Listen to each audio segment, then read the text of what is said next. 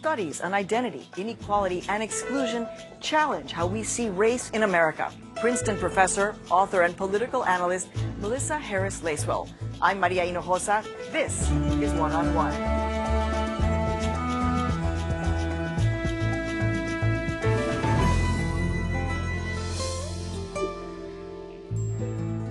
So, what happens to you as an African-American woman when you see what happened in our country? We'll get to President Obama in a minute. Yeah.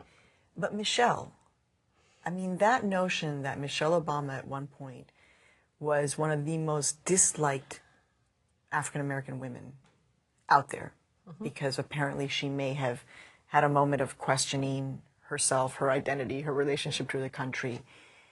And now Michelle Obama is a star, a bigger star even than Barack Obama.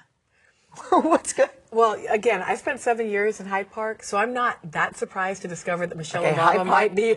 Hyde Park, south side of Chicago, That's right. where Barack Obama and his family lived up until they moved to the White House. It's where you lived for 7 years. It's where I actually spent, 20 years of my life growing up. That's right. Strange little place, but Hyde Park and Michelle Obama because... So Michelle Obama was working at the University of Chicago during my years there. She was a fixture in the neighborhood.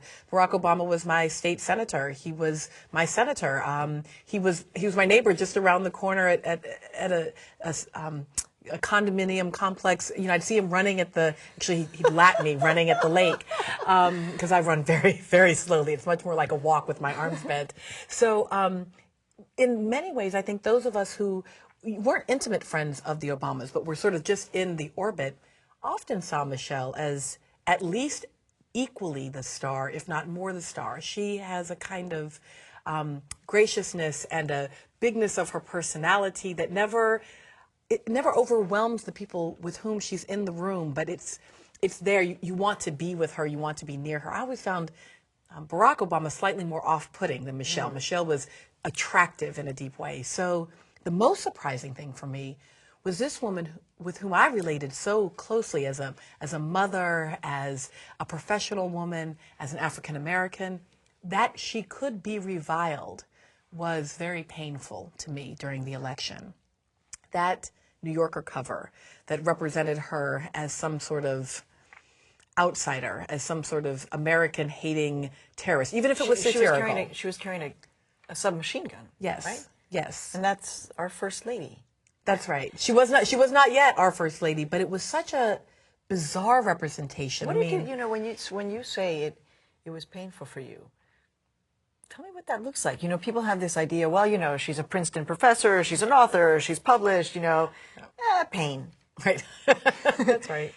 What did that feel like when, deep inside, what did that feel like? Well, so I think it's probably best expressed by DuBois himself, who talks about the notion of double consciousness, to be black and to be American, to have the two warring selves in one dark body.